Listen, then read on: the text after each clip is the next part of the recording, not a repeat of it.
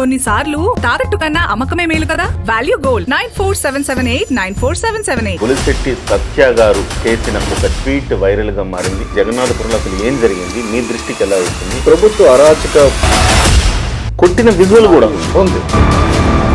తల్లి, తండ్రి, కొడుకు ముగ్గురు 3 ప్రాంతాల్లో ఉన్నారు. ఎందుకు అంటే పవన్ కళ్యాణ్ గారు ఫోటోకు పాలాభిషేకం చేశారు. వాళ్ళు చేసిన తప్పు.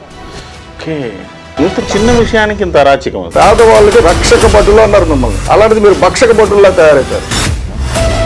మేము అరాచకాలు చేస్తూ ఉంటాం, మీరు చూస్తూ ఉండండి. కేవలం జనసేన వాళ్ళ మీద ఎక్కువగా దాడులు. మరి బతిల్ సబ్ సినిమాలో చూస్తారు కదా, జరిగిన దానికంటే ముందు వచ్చి ఓటు వేయకుండా ఉండడానికి కొత్త పథకం పెట్టారు.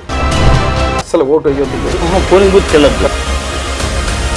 మే 13వ తారీఖున మీ ఇంట్లో ఉంటే మీకు మందు బిర్యానీ మీ ఇంటికి వచ్చేస్తారు. వ్యూహం.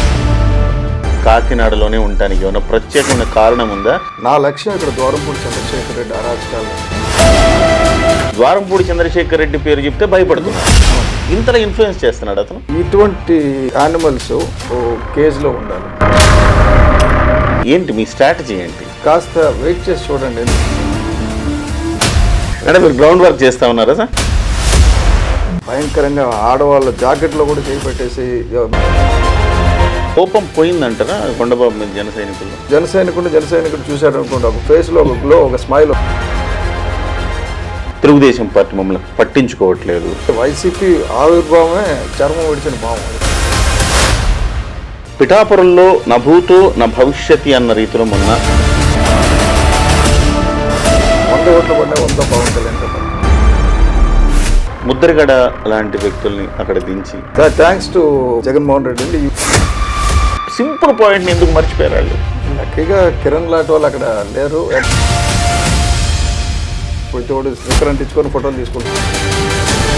బ్యాండేజ్ ఛాలెంజ్ వచ్చింది సార్. ఇప్పుడు ఒకళ్ళు వేసుకోవాలి, ముగ్గురికి ఛాలెంజ్ చేయాలి. ఆ ముగ్గురు వేసుకోవాలి. ఎన్నికల వరకు అయితే తీయడం నేను అనుకుంటున్నాను సార్. ఎన్నికల వరకు ఇంకో 2 పెట్టుకుంటాడని నేను అనుకుంటున్నాను. బేబీ మీరేంటి సలహాలు ఇచ్చే బ్యాచ్తో చేరారు ఈ మధ్య? సార్ అసంతృప్తి తగ్గిందా మీకు? ఇవన్నీ ఫ్యాక్ట్స్. పైనేమో ఒక అసంతృప్తిని వ్యక్తం చేశారు, కింద పవన్ కళ్యాణ్ పట్ల కాచారు. కంటెస్ట్ చేయమంటే కూడా జేడీ లక్ష్మీనారాయణ గారికి ఇచ్చి, నా వెహికల్ లక్ష్మీనారాయణ గారికి ఇచ్చి, నా స్టాఫ్ లక్ష్మీనారాయణ గారికి ఇచ్చి తిప్పా.